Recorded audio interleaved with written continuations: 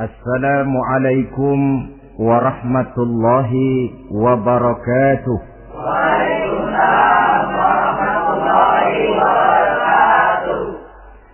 Bismillahirrahmanirrahim. Alhamdulillahi rabbil alamin. Wassalatu wassalamu ala ashrafil anbiya'i wal mursalin. Sayyidina wa maulana Muhammadin wa ala alihi wa sahbihi ajma'in, amma ba'du. Saudara-saudara hadirin, ma'asyiral muslimin rahimakumullah. Salah satu dari rukun iman yang 6 mengajarkan kepada kita untuk beriman dengan adanya hari akhirat. Hari yang dimulai dengan kehancuran alam ini, yang dalam istilah kerennya disebut the last day of the world, di mana air laut tumpah ke darat, planet-planet bertabrakan, gunung meletus, bumi gempa, lalu semua yang bernama hidup mati. Terjadilah kebangkitan setelah mati itu dalam kehidupan yang disebut kehidupan akhirat. Pada kehidupan akhirat itu Allah jelaskan dalam surah Abasa ayat 34, Yauma yafirrul mar'u min akhihi wa ummihi wa abihi wa sahibatihi wa banihi likulli imri'in minhum yawma idzin sya'nun yughni. Hari di mana setiap orang akan lari dari saudaranya, dari ibunya dan bapaknya, dari istrinya dan anak-anaknya. Setiap orang pada hari itu disibukkan oleh persoalannya sendiri-sendiri. Sehingga sangat boleh jadi hari itu orang tua tidak lagi sempat memikirkan anaknya. Seorang suami tidak lagi sempat memikirkan istrinya. Seorang teman pun tidak akan sempat memikirkan teman. Tiap orang sibuk dengan persoalannya sendiri-sendiri untuk mempertanggungjawabkan kegiatan hidupnya ketika di dunia ini. Dalam keadaan semacam itu, di mana orang disibukkan dengan persoalannya masing-masing, ada 7 golongan manusia yang mereka tenang-tenang saja. Orang lain bingung, mereka kalem. Orang lain kepanasan, mereka mendapat keteduhan. Siapa mereka? Inilah yang akan kita jadikan pembicaraan pada pertemuan kita kali ini. Bersumber dari sebuah hadis di mana bersabda Rasulullah sallallahu alaihi wasallam, Sab'atun yuzilluhumullahu yawma la zilla illa zilluh. Ada 7 golongan manusia, kata beliau, yang di akhirat nanti akan langsung mendapat perlindungan dari Allah. Padahal hari itu tidak ada lagi perlindungan selain perlindungan Allah. Sehingga lantaran Allah langsung yang melindungi mereka, maka mereka tidak merasakan lagi kepanasan akhirat. Mereka tidak lagi merasakan kebingungan. Mereka tidak lagi disibukkan oleh persoalan, lantaran mereka langsung dilindungi oleh Allah Subhanahu wa ta'ala. Siapa gerangan yang 7 orang ini? Marilah kita lihat satu persatu dengan harapan mudah-mudahan kita termasuk salah satu di dalamnya. Amin ya rabbal alamin.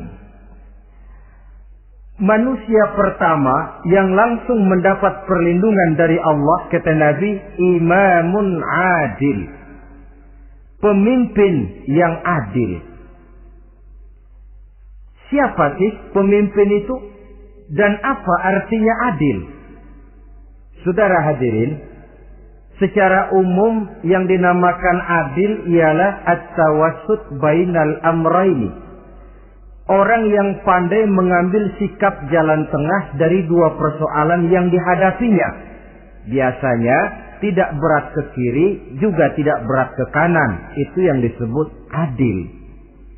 Orang yang tidak hanya sekedar bisa menuntut kewajiban dari seseorang, tapi juga bisa memberikan hak kepada orang itu juga disebut adil. Lalu pemimpin itu siapa? Setiap kita adalah pemimpin. Yang besar kecilnya kepemimpinan kita bergantung kepada apa yang kita pimpin. Dan sudah barang tentu bahwa setiap pemimpin akan dimintakan pertanggungan jawab dari apa yang dipimpinnya. Seorang pemimpin yang adil, dia menaungi orang-orang yang dipimpinnya dalam kehidupan di dunia ini. Pantas kalau di akhirat nanti Allah langsung menaungi mereka. Oleh karena itu, pemimpin merupakan suatu amanah. Jabatan di samping dia merupakan amanah juga merupakan nikmat. Dan nikmat itu akan bergantung kepada pandai atau tidak kita mensyukurinya. Beberapa contoh dalam sejarah bisa kita lihat. Seorang bernama Umar bin Abdul Aziz. Pada saat beliau secara aklamasi dipilih menjadi pemimpin, menjadi presiden, ucapan yang pertama keluar dari mulutnya, Inna lillahi wa inna ilaihi raji'un. Coba bayangkan ini. Dipilih jadi pemimpin, diangkat jadi presiden, bukan alhamdulillah, malah inna lillahi wa inna ilaihi raji'un. Kenapa? Dia anggap jabatan itu adalah amanah. Menyia-nyiakan amanah berarti khianat. Dan khianat ini adalah dosa besar. Pantaslah kalau Allah Subhanahu wa ta'ala memperingatkan, nikmat bisa saja berubah menjadi azab kalau kita tidak pandai mensyukurinya. La in syakartum la azidannakum wa la in kafartum inna azabi lasyadid. Kalau kamu pandai bersyukur, aku tambah nikmatku. Tapi kalau kamu tidak pandai bersyukur, kamu ingkar, kamu lupakan nikmat Allah, awas, azabku amat pedih, kata Allah. Jadi berdasarkan logika dari ayat ini bisa kita katakan orang kaya. Ada orang kaya nggak di sini? Ada orang kaya nggak? Yang kaya tolong dengerin. Orang kaya itu bisa masuk surga karena hartanya. Pun orang kaya banyak yang masuk neraka juga gara-gara hartanya. Tergantung syukur apa tidak syukur. Orang alim. Ada yang alim di sini? Tolong dengerin orang alim.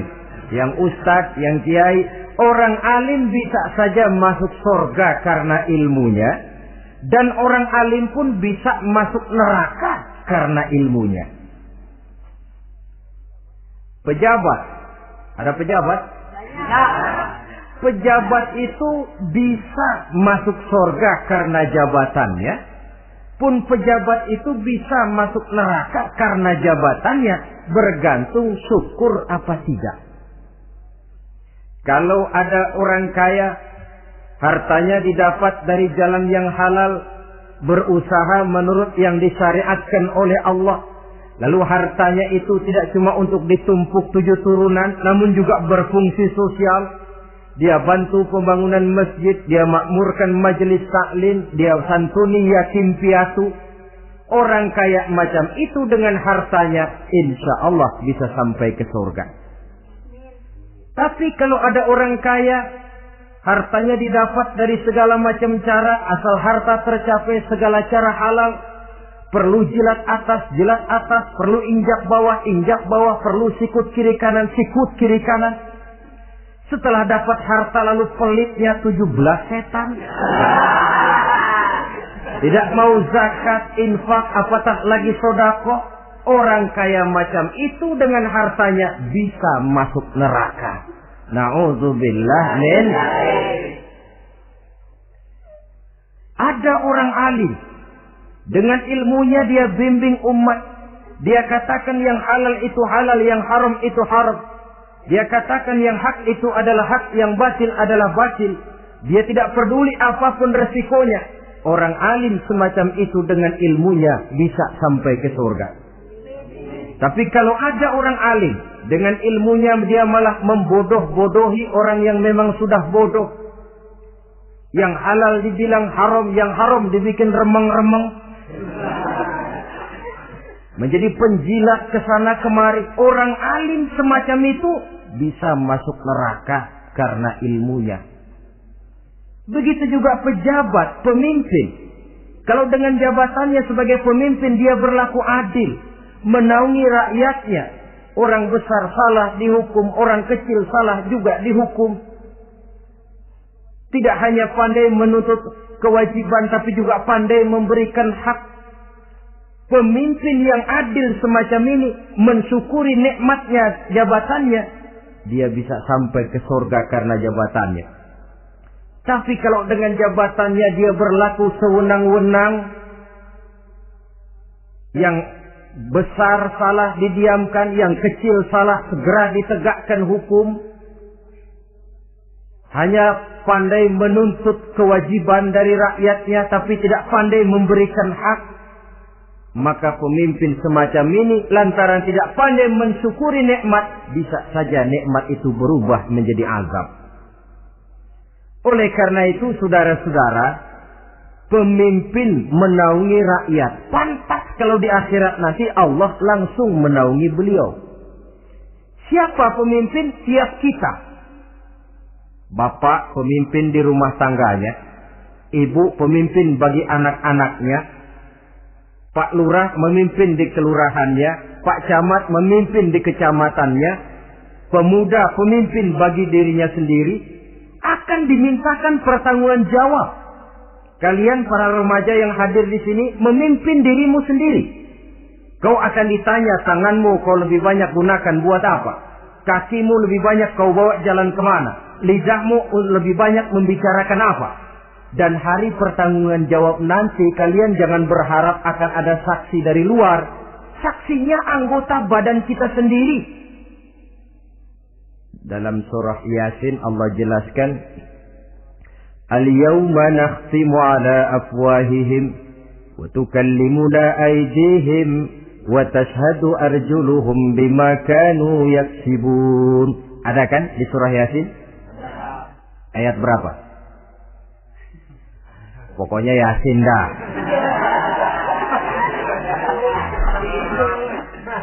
Daripada repot-repot, pokoknya Yasin gitu aja biar urusan lancar. Al-yawma nakhtimu ala afwahihim. Pada hari itu kami kunci mulut mereka. Jadi tidak pandai lagi mulut ini bicara. Wa tukallimuna aydihim. Tangan-tangan mereka yang akan bicara kepada kami. Wa tashhadu arjuluhum. Kaki mereka akan memberikan kesaksian. Bima kanu yaksibun, terhadap apa saja yang telah pernah mereka lakukan dalam kehidupan di dunia ini.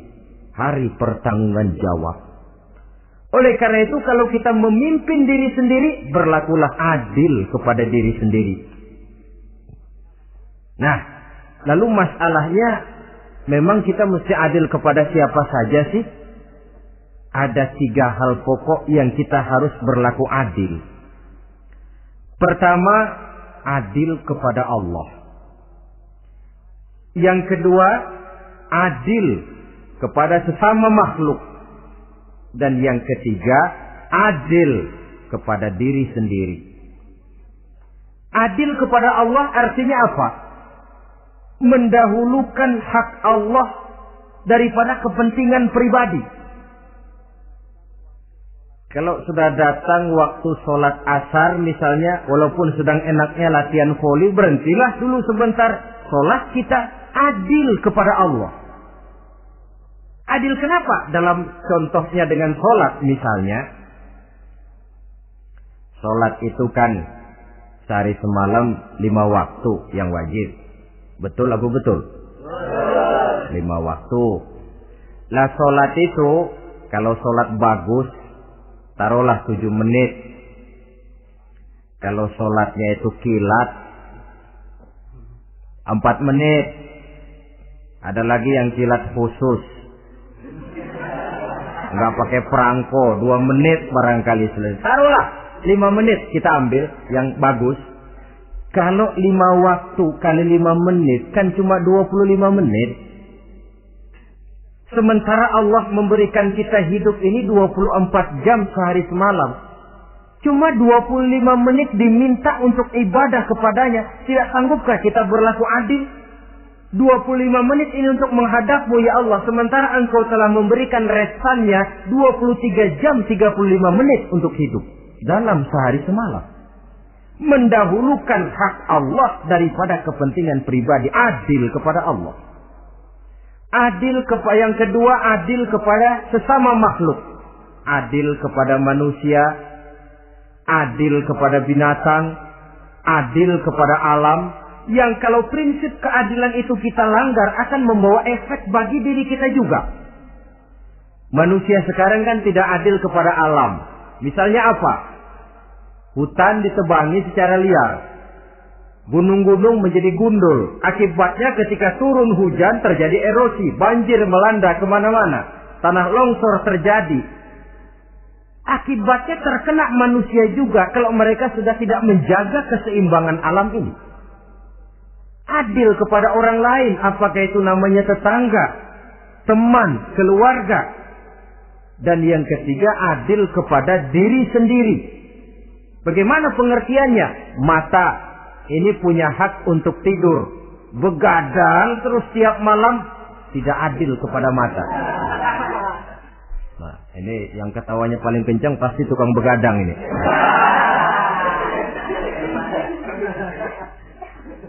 Perut ini punya hak untuk tidur. Puasa saja siang malam, mengurangi hak perut. Adil kepada diri sendiri. Untuk kehidupan yang akan datang di akhirat, pasti akan kita temui. Kita yakini keberadaannya. Yang oleh karena itu, kalau kebetulan kita ini adalah pemimpin, sekurang-kurangnya pemimpin bagi diri sendiri, marilah kita berusaha menjadi pemimpin yang adil.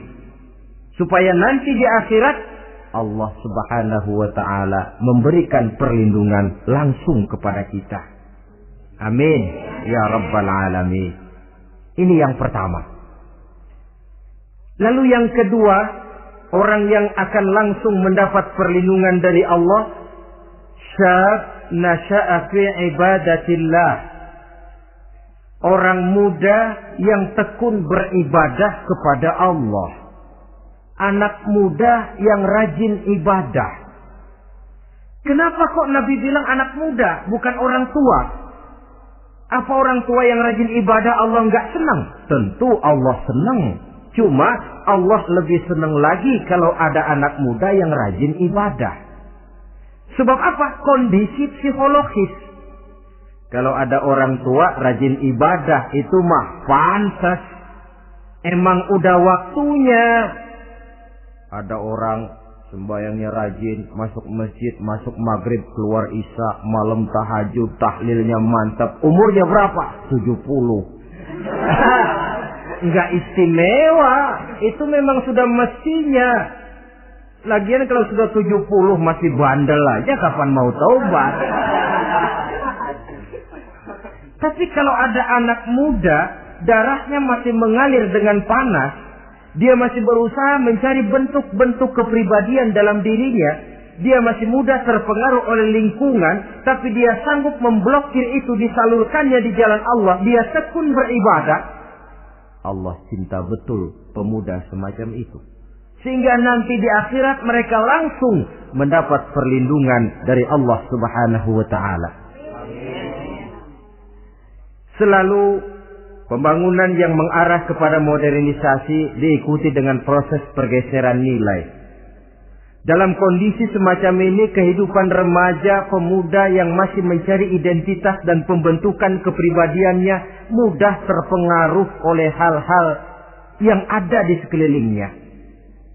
Sehingga sangat boleh jadi apa yang dianggap orang dulu tabu, lalu dianggap biasa. Yang aneh-aneh malah dijadikan model. Yang dilarang malah nekat diterjang.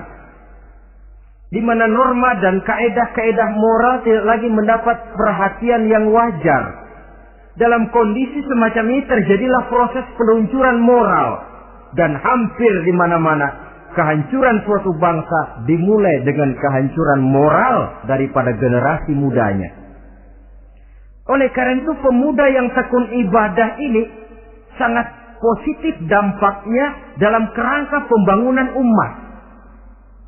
Pak, ibadah itu apa sih? Kalau jadi pemuda yang tekun ibadah, apa kemana-mana mesti bawa tasbih? Mungkin. Apa mesti pakai peci terus? Boleh jadi. Apa kemana-mana mesti pakai kain sarung? Ya tidak juga. Ibadah kan artiannya luas. Segala perbuatan yang diperintah dan karenanya bertujuan mencapai ridho Allah, itu bernama ibadah. Kalian remaja berangkat menuntut ilmu, pergi pagi pulang siang, membekali diri, menuntut ilmu itu ibadah. Kalian pulang ke rumah, ibu bapak memerintah, taat kepada orang tua, ibadah. Membersihkan lingkungan, ibadah. Bahkan jaga di waktu malam pun kalau untuk dengan niat, bismillah, saya jaga malam ini untuk ketenangan rakyat supaya mereka tekun dan tenang melaksanakan ibadah. Itu tercatat sebagai amal soleh yang bernilai ibadah. Jadi tidak cuma sekedar sujud, tidak cuma sekedar baca Quran.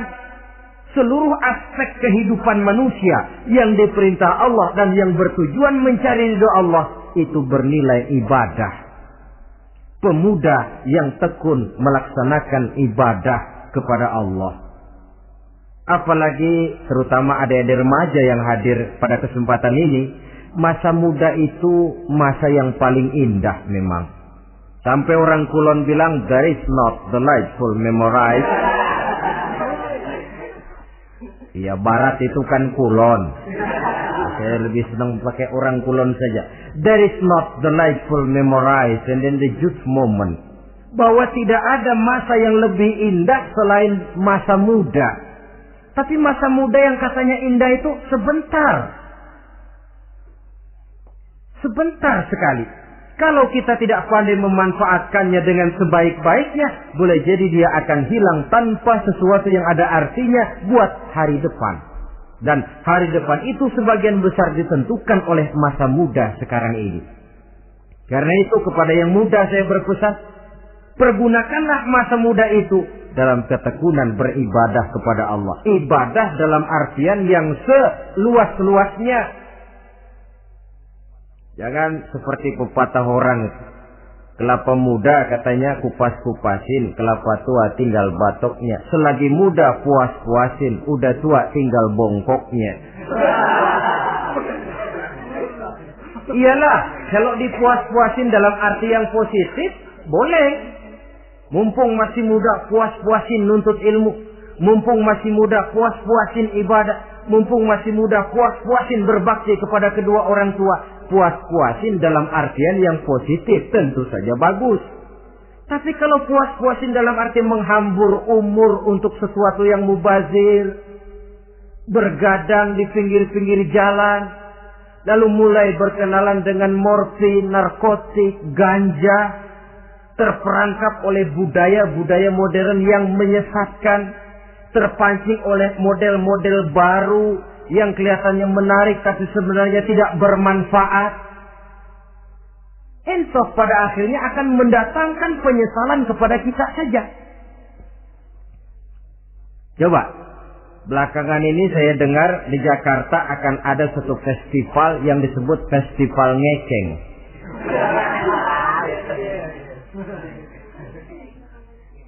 Ngeceng ini kalau bahasa gampangnya nampang.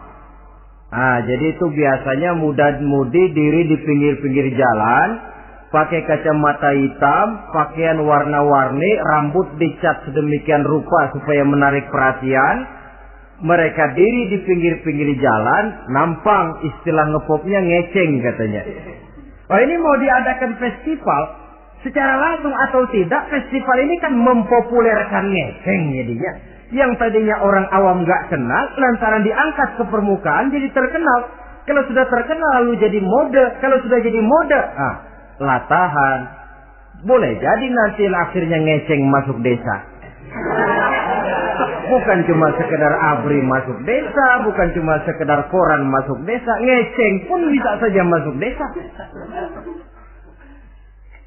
Banyak saluran-saluran positif yang sesuai dengan kreativitas jiwa remaja, ketimbang mengadakan sesuatu yang tidak ada manfaatnya, ketimbang menghabiskan umur untuk sesuatu urusan yang mubazir.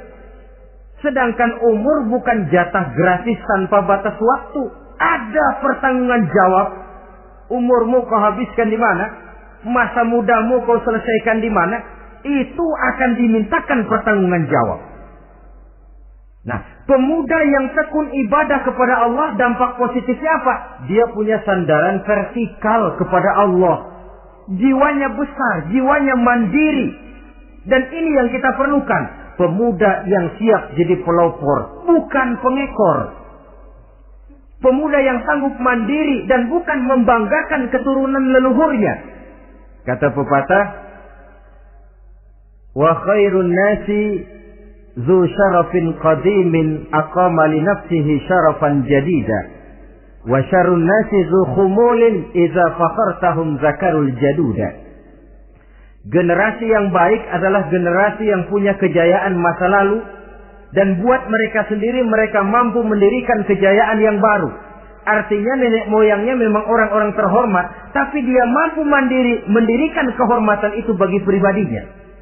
Sebaliknya, generasi yang paling jelek adalah generasi pemalas, yang kalau orang lain kelihatan lebih hebat, dia sebut-sebut nenek moyangnya.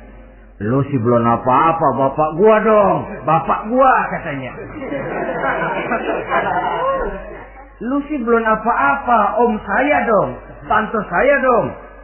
Kerjanya cuma membangga-banggakan leluhur. Dia sendiri tidak ada apa-apanya. Ini generasi yang paling jelek. Kalau orang kelihatan lebih hebat, dia sebut leluhurnya.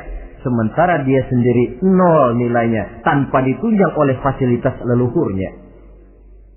Pasukan pemuda mandiri macam ini yang kita perlu. Bukan sekedar pasukan pemuda oke bos, kulun nuwun, yes sir, yes man, kumaha juragan wae.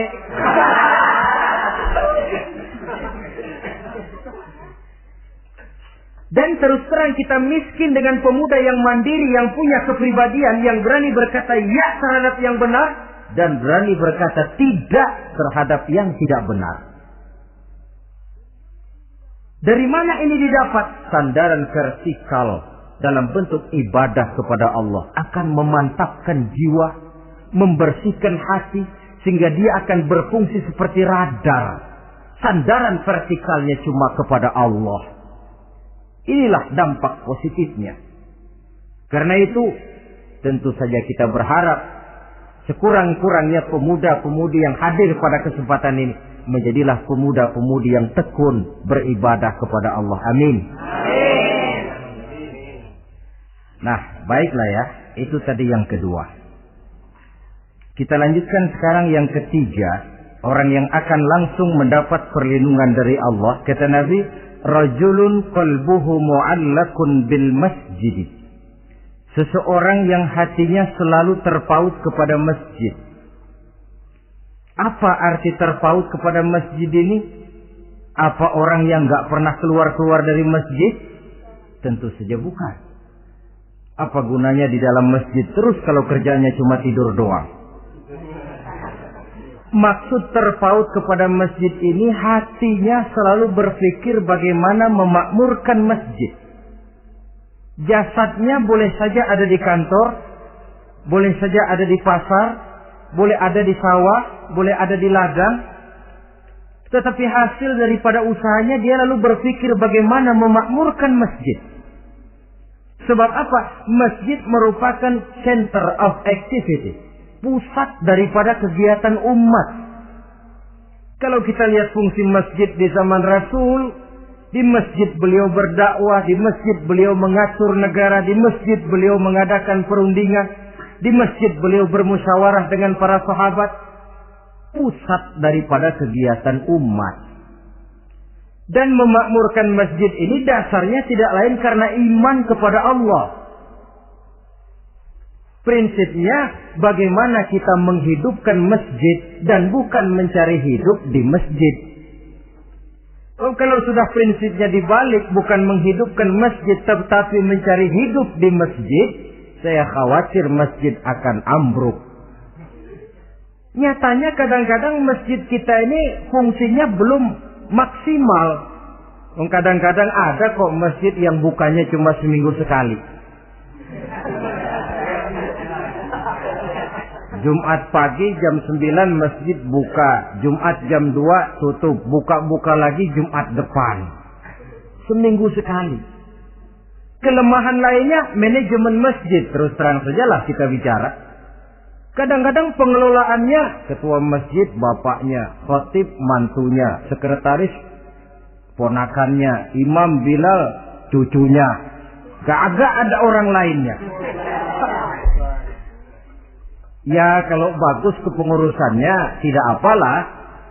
Tapi kadang-kadang kelemahannya ialah bagaimana menciptakan manajemen masjid yang baik sehingga masjid bisa berfungsi sebagaimana fungsinya di zaman Rasulullah sallallahu alaihi wasallam. Apalagi belakangan ini ada kecenderungan yang membuat kita optimis, gembira. Remaja, pemuda-pemudi mulai gemar datang ke masjid.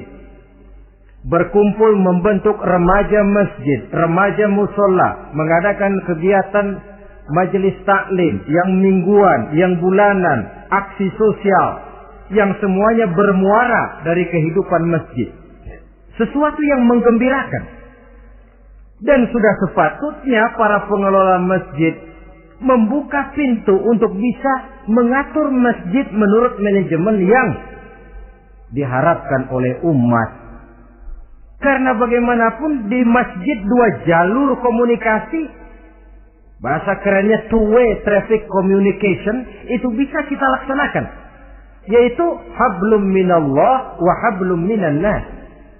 Berhubungan kepada Allah dan berhubungan kepada sesama manusia bisa terlaksana di masjid. Berhubungan dengan Allah jelas saja lewat sholat misalnya. Berhubungan dengan sesama manusia jelas saja lewat musyawarah, lewat majelis taklim, lewat kegiatan-kegiatan yang mensiarkan agama. Dan begitu selanjutnya. Saudara hadirin yang saya hormati, memakmurkan masjid sebagai rumah Allah. Sebab dalam hadis kursi Allah katakan, inna buyuti fil ardi al masajid wa inna zuwari fiha ummaruha. Rumahku di permukaan bumi adalah masjid-masjid kata Allah. Dan orang-orang yang memakmurkan masjid, orang yang datang ke masjid adalah tetamuku.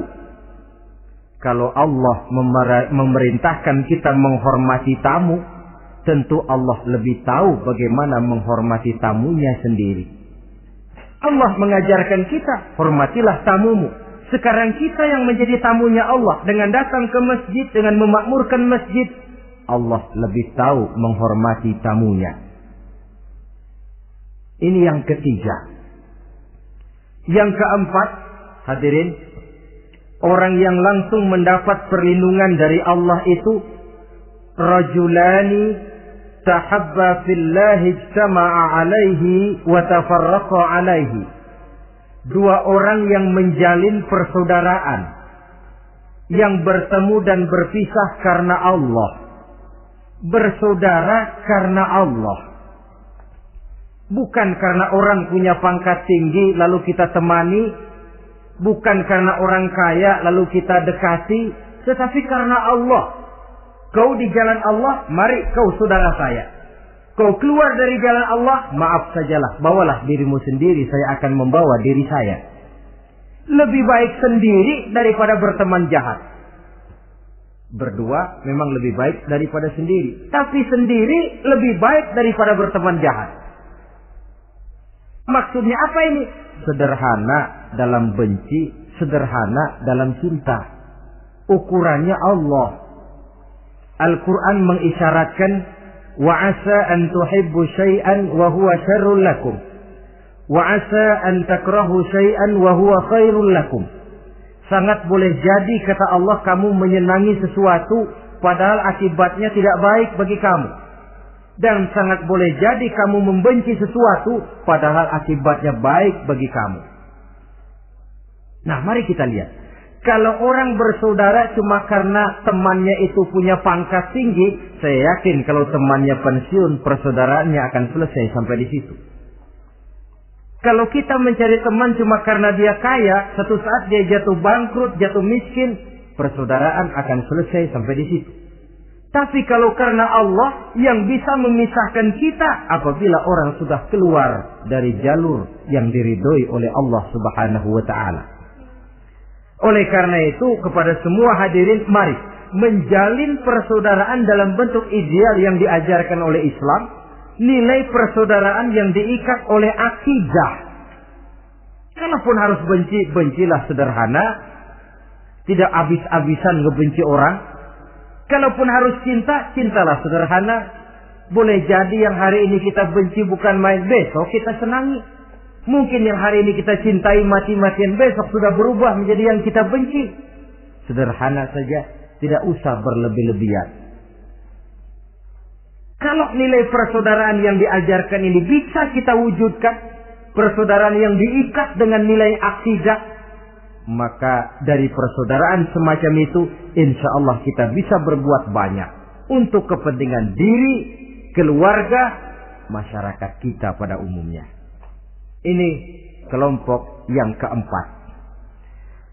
Orang kelima yang nanti langsung mendapat perlindungan Allah, rajulun da'athum ra'atun zatu mansibin wa jamalin ila nafsiha faqala inni akhafullaha rabbal alamin.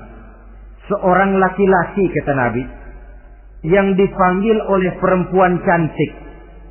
Laki-laki normal dipanggil oleh perempuan cantik. Untuk apa? Diajak melakukan perbuatan yang negatif. Tidak ada orang yang tahu. Tempatnya sepi. Apa yang terjadi? Orang ini berkata, inni akhafullaha rabbal alamin.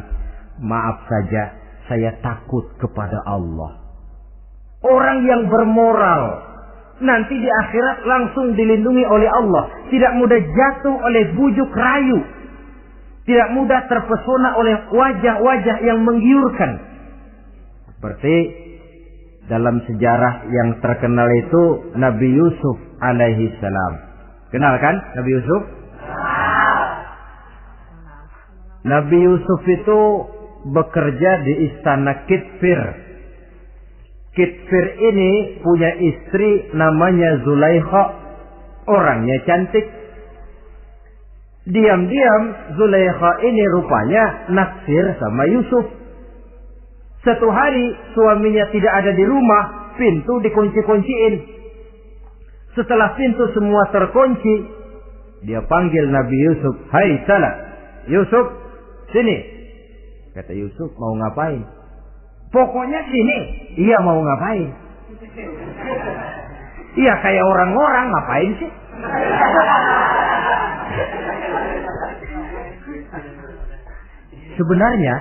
Sebenarnya ini Zulaikha senang kepada Yusuf, Yusuf pun demikian. Walaqad hammat bihi wa hamma biha. Zulaikha menyenangi Yusuf, Yusuf pun menyenangi Zulaikha. Tapi apa? Walaula an ra'a burhana rabbih. Andai kata Yusuf tidak melihat peringatan Tuhannya, letter F. Yusuf, ini bukan pekarangan ente, dilarang parkir di sini. Sehingga walaupun tidak ada yang tahu, tidak ada yang melihat, Nabi Yusuf selamat dari bujuk rayu Zulaikha. Mempertahankan nilai-nilai moral di tengah kemajuan zaman memang merupakan pekerjaan yang tidak ringan. Merupakan pekerjaan yang sangat berat. Akan ada saja cobaan, akan ada saja gangguan yang kita temui di sepanjang perjalanan hidup ini. Tapi sebaliknya, kalau orang sudah tidak lagi menjunjung moral yang tinggi, lalu hidup menurut selera sendiri-sendiri, ya kita lihatlah lahirnya kebudayaan kumpul kebo yang diawali dengan free sex yang mengarah kepada Samenleben alias hidup bersama tanpa nikah. Memang sebabnya boleh jadi macam-macam. Mungkin karena broken home, nggak merasa diperhatikan di rumah, ibu bapak sibuk lalu anak mencari kesibukan sendiri. Mungkin karena tekanan ekonomi dalam kehidupan miskin, lalu ada yang menawarkan kerjaan, tidak taunya malah dilemparkan ke lembah hitam. Mungkin juga karena pengaruh pergaulan dari lingkungan baik-baik lalu berteman dengan yang tidak baik, hanyut di telan arus pergaulan.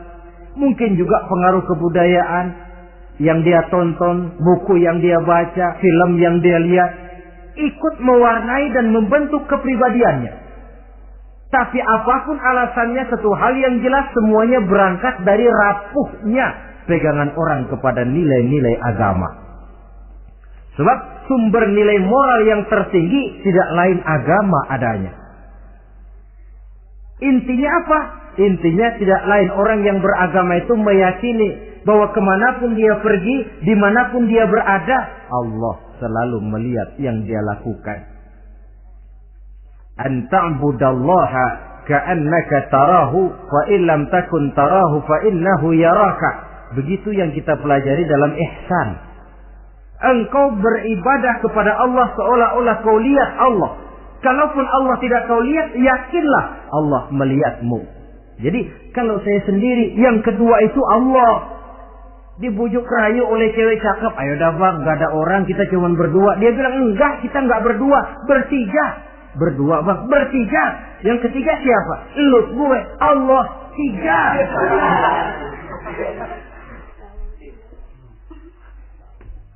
Di kantor mau korupsi dia kasak kusuk, gerasak berusuk cari apa yang seharusnya menjadi hak orang lain.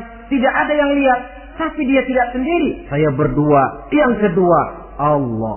Merasakan kehadiran Allah dekat dalam hidup.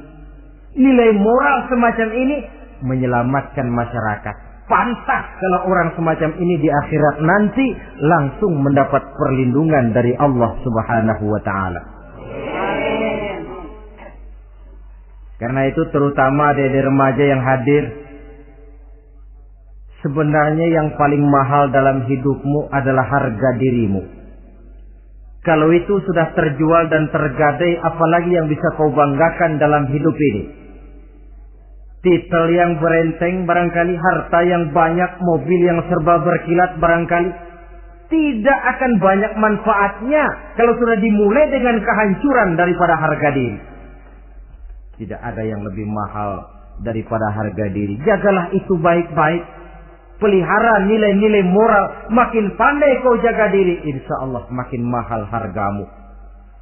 Dalam pandangan manusia, lebih-lebih juga dalam pandangan Allah. Pantas kalau pepatah bilang, innamal umamul akhlaqu ma baqiyat, fa in zahabathum akhlaquhum zahabu. Suatu bangsa akan tegak kalau dia masih punya nilai moral. Bila hancur moral itu, hancur jugalah ketegakan daripada bangsa itu sendiri. Ini yang kelima. Yang keenam, masih dua lagi. Orang keenam yang nanti akan langsung mendapat perlindungan dari Allah, rajulun zakarallaha khalian fafadat ainahu. Seseorang yang mengingat Allah dalam kesunyian, lalu berlinang air matanya. Tengah malam dia bangun, bertahajud dia kepada Allah. Gemersik tikar tersentuh tangan, laksana lambaian tangan malaikat maut nak datang merenggut nyawa. Terbayang segala dosa dan kesalahan, tergambar semua kekeliruan yang dilakukan dalam hidup. Lalu air mata pun tanpa terasa berurai membasahi pipi. Orang yang mengingat Allah dalam kesunyian. Saudara, tidak ada orangnya itu yang tidak punya dosa. Coba saya mau tanya, yang kumpul di sini ada nggak orangnya yang nggak punya dosa? Tidak ada. Dan memang orang yang baik itu bukan orang yang tidak punya dosa. Sebab tidak ada orang yang tidak punya dosa. Orang yang baik adalah orang yang apabila dia melakukan dosa, dia segera sadar, dijadikannya itu sebagai pelajaran untuk tidak diulanginya lagi pada masa yang akan datang. Dengan kata lain, mengingat Allah dalam kesunyian itu artinya bertaubat. Ini kan anak muda sekarang nih, kalau diajak bicara taubat, taubat mah urusan 70 ke atas, Pak. Kita ini masih lama. Padahal masalah taubat bukan masalah tua. Masalah taubat adalah masalah dosa, dan masalah dosa adalah masalah manusia sejak dia akil balik sampai dengan kehidupannya yang sekarang. Sengaja atau tidak, besar atau kecil, ringan atau berat, tiap kita mesti mempunyai yang namanya dosa. Allah Maha penerima taubat sepanjang nafas belum sampai di kerongkongan. Jadi kalau nafas sudah sampai di tenggorokan, baru kita mau melaksanakan yang namanya taubat. Kasihlah itu.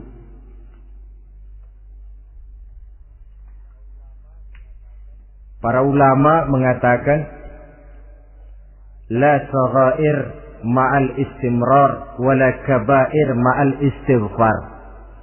Tidak ada dosa kecil kalau ditumpuk terus, dan tidak ada dosa besar kalau diikuti dengan istighfar, permohonan ampun kepada Allah. Jadi jangan menganggap ini dosa kecil, ini dosa kecil, ditumpuk-tumpuk lah jadi gede juga. Tidak ada dosa yang kecil kalau dikerjakan terus-menerus, dan tidak ada dosa yang besar kalau diiringi dengan istighfar. Dalam kehidupan ini apabila dosa sudah bertumpuk, maksiat merajalela, munkarat menjadi jadi, Allah tidak akan segan-segan menurunkan azab. Azabnya itu bisa dalam bentuk bencana alam, banjir namanya, kebakaran merajalela namanya, gempa bumi namanya, bendungan pecah namanya, reaktor atom bocor namanya. Namanya boleh jadi macam-macam. Sebab apa? Al-Quran memberikan jaminan, wa ma kana Allahu liyu'adzibahum wa hum yastaghfirun. Allah tidak akan menurunkan azab selama di tengah masyarakat manusia masih banyak orang yang istighfar kepada Allah. Jadi hakikatnya kita ini berhutang jasa kepada orang yang rajin sujud, rajin mohon ampun kepada Allah. Lantaran mereka barangkali azab tidak diturunkan oleh Allah. Kalau melihat banyaknya sudah munkarat dan maksiat. Mengingat Allah dalam kesunyian. Tengah malam, waktu yang mustajabah, terutama sepertiga malam yang akhir. Situasinya lain. Gak percaya boleh coba, nyoba kan gak bayar. Coba kalian bangun tengah malam, tahajud, kalian akan menemukan satu suasana yang lain daripada misalnya kalau kalian sembahyang zuhur tengah hari panas terik di tengah banyak orang. Hati bergetar. Segala kekeliruan yang pernah kita kerjakan lalu terbayang, dan air mata tanpa terasa, tanpa diundang bahkan berurai membasahi pipi. Ya Allah, alangkah nikmatnya suasana macam itu. Menciptakan perasaan dekat dengan Allah. Terwujud kedamaian batin, dan ini yang banyak dicari orang sekarang. Yang kadang-kadang karena terlalu ingin mencari kedamaian lalu keliru jalan. Yang bertapa di gua-gua katanya nyepi dari kehidupan manusia, memencilkan diri dengan cara-cara yang mereka atur sendiri. Tidak macam itu. Quran punya resep. Ala inna bi dzikrillahi tatmainnul qulub. Ketahuilah dengan banyak mengingat Allah, hati menjadi tenang, jiwa menjadi lapang, pikiran menjadi damai. Ini resep Islam untuk mencapai ketenangan jiwa. Mengingat Allah dalam kesunyian. Saudara hadirin yang saya hormati, ini aspek daripada ibadah. Jadi dengan kata lain, masalah Mengingat Allah dalam kesunyian, mengingat dosa, bukan urusan orang tua, tapi masalah manusia. Siapapun adanya, sejak dia akil balik, mesti entah kecil besar, entah sedikit, entah banyak, ada kesalahan yang dilakukannya. Karena itu, kalau kita masih diberikan kesempatan untuk hidup, artinya Allah masih memberikan kesempatan kepada kita untuk memperbaiki diri. Nanti kalau sudah sangkakala ditiup, alam hancur seperti yang saya jelaskan di awal tadi, sudah tidak sempat lagi, yang tinggal menyesal.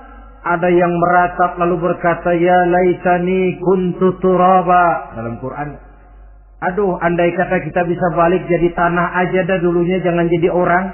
Kalau dulu kita tetap jadi tanah mah nggak tanggung jawab apa-apa. Dijadiin orang sekarang mesti tanggung jawab, bagaimana ini? Bingung. Ada yang berkata, ma aghna anni maliya halka anni sultaniyah. Ternyata harta yang saya bangga-banggakan tidak bawa manfaat hari ini. Ternyata jabatan yang pernah saya duduki malah merusak saya hari ini. Tinggal lagi penyesalan karena kelalaian memanfaatkan waktu hidup dalam kehidupan di dunia ini. Karena itu pandai-pandailah membagi orientasi. Ada saatnya kita sibuk tenggelam dalam berbagai urusan dunia, lain saat tenggelam dalam kefanaan dan kesunyian, membekali diri untuk kehidupan akhirat nanti.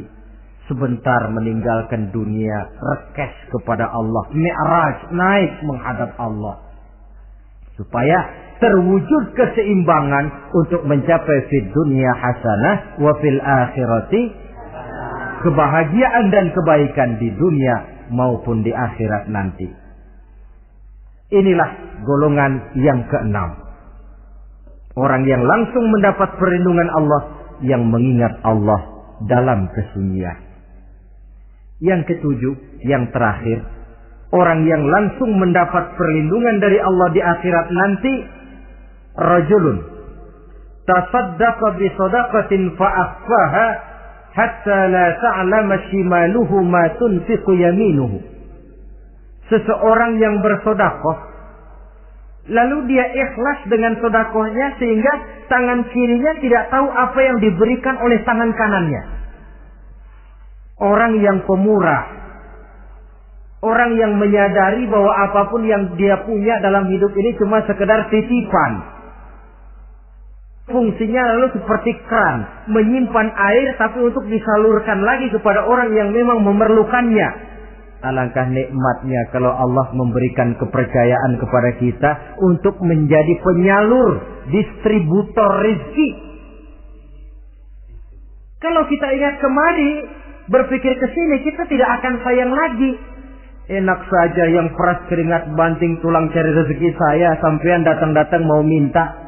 Lah, mungkin rezeki dia tapi lewat tangan kita. Satu kehormatan dari Allah kalau kita dijadikan seperti keran, menyimpan air tapi tidak untuk dirinya sendiri, disalurkannya kepada orang-orang yang memang memerlukannya. Tidak ada orang jatuh bangkrut lantaran bersikap pemurah, dan tidak ada orang jadi kaya raya lantaran dia bakhil atau pelit bin kikir alias medit.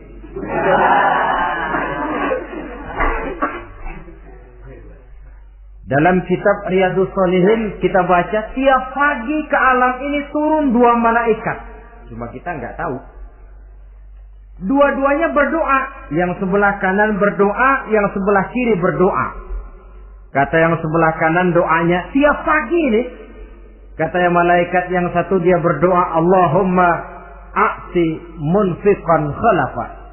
Ya Allah, kepada orang-orang yang suka infak, kepada orang-orang yang suka memberi, kepada orang-orang yang pemurah, gantilah mereka dengan yang lebih baik dari apa yang telah mereka berikan.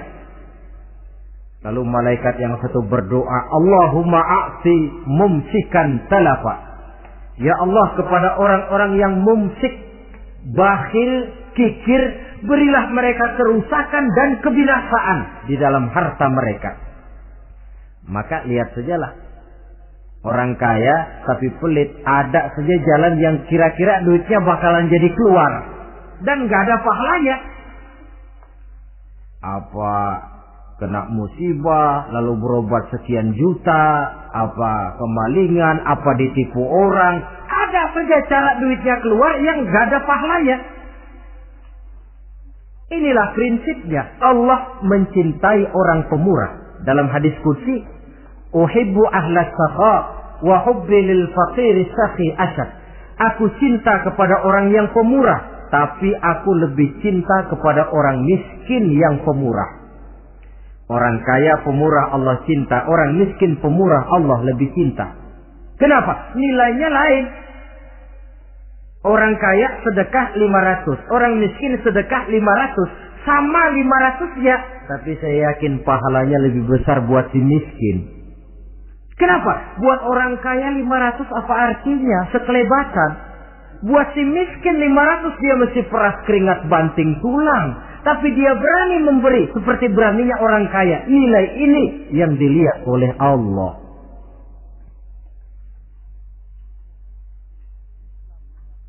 Islam mengakui hak milik pribadi, tapi harus berfungsi sosial. Di dalam harta yang kita miliki itu ada haknya masjid, ada haknya yatim, ada haknya madrasah. Dan Allah Subhanahu wa ta'ala bisa, saya katakan di awal tadi, merubah nikmat menjadi azab kalau kita tidak pandai mensyukurinya. Bersyukur kalau diberikan harta artinya mempergunakan harta itu sesuai dengan kehendak yang memberinya. Allah memberikan harta kepada kita. Apa yang Allah kehendaki? Supaya harta itu berfungsi sosial. Milik pribadi silakan, tapi berfungsi sosial dalam kehidupan.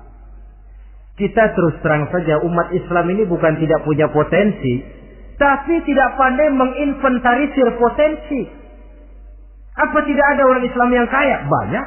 Yang belum banyak yang mau berbuat atas nama dan untuk kepentingan agamanya. Kalau buat pribadinya berani bukan main. Itulah yang sering diungkapkan orang, pembangunan pesantren terlunta, ya, asrama yatim piatu tidak terurus.